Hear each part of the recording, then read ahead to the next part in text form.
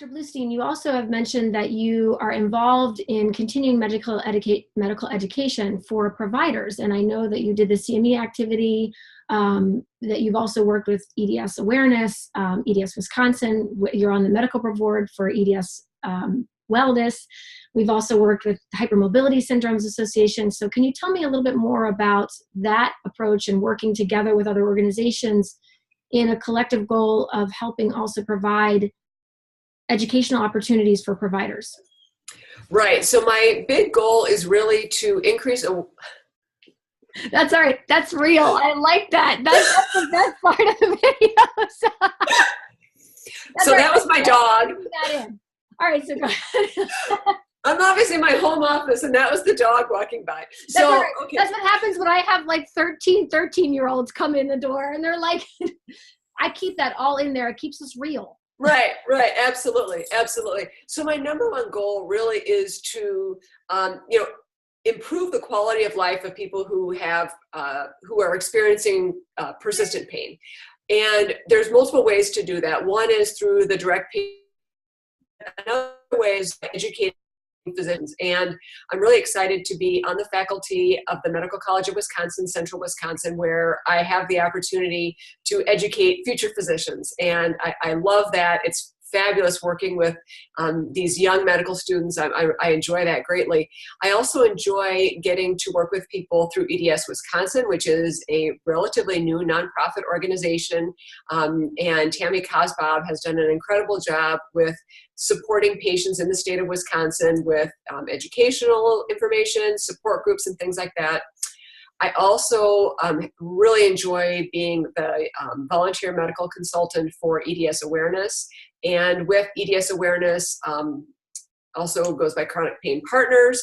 I was thrilled to be able to develop a continuing medical education program that is available online for physicians. So physicians in active practice, especially full-time practice, they don't have time to go to, there's EDS conferences every now and then, but they can't go to a conference for each disorder that they treat. So they need to have access to information in a manner that is convenient for them. And Chronic Pain Partners did a fabulous job of raising the funds in order to have this website available and have this programming available for free for physicians, and they get continuing medical education credit.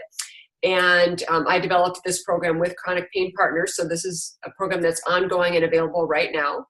And so that's really exciting. And I am also a professional member of the HMSA, which is a nonprofit organization in the UK doing amazing work for patients with Ehlers-Danlos syndromes and related disorders.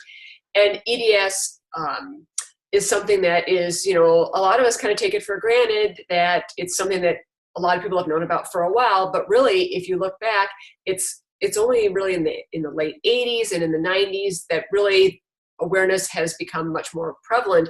And that's really a credit to Drs. Hakim and Dr. Graham, who really did so much of the research. The two of them are just amazing. And Dr. Alan Hakim is the medical advisor for the HMSA, and chief medical advisor.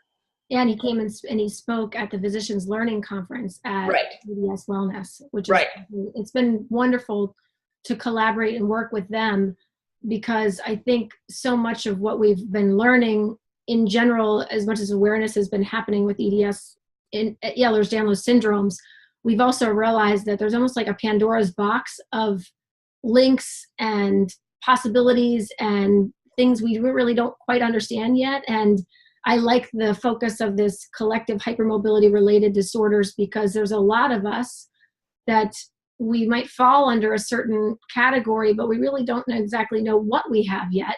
And at the end of the day, if we're focusing on restoring function and helping patients live well, which is the mission of EDS Wellness, a lot of what I say or share, the information that I give, doesn't necessarily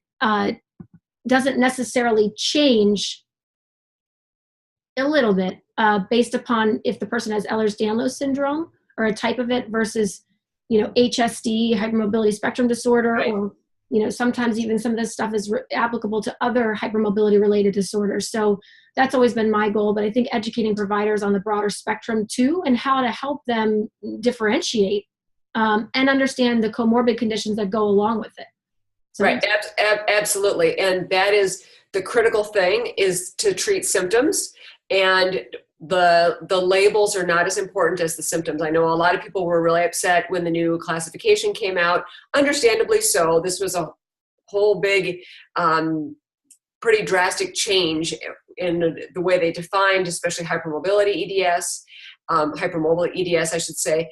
And so that's understandable, but we really, in the medical community, we really need to focus on symptoms. And I'm thrilled to be on the medical advisory board for EDS Wellness.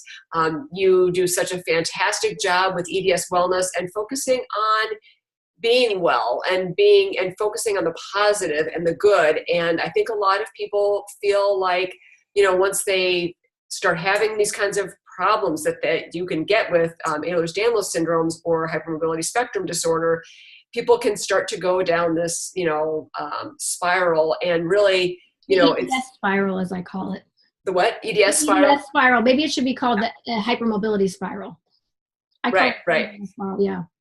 Right. And so I love what you're doing with EDS Wellness, because you focus on things that there's a lot that patients can do to help themselves feel better. It doesn't all have to come from their physician. There's a lot of things that they can do, and you're great at giving people this kind of information and these tools, whether it be, again, doing it carefully and appropriately, yoga, Pilates, mindfulness, meditation, calming your nervous system is hugely important. And a lot of patients that have EDS do have some autonomic dysfunction.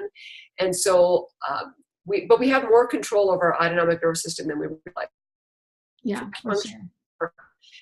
Our own mindfulness, meditation, and things like that. Those are things that really can be very helpful. So I'm thrilled to be working with EDS Wellness. And I know that EDS Wellness and the HMSA work so well together. So I'm really excited about that.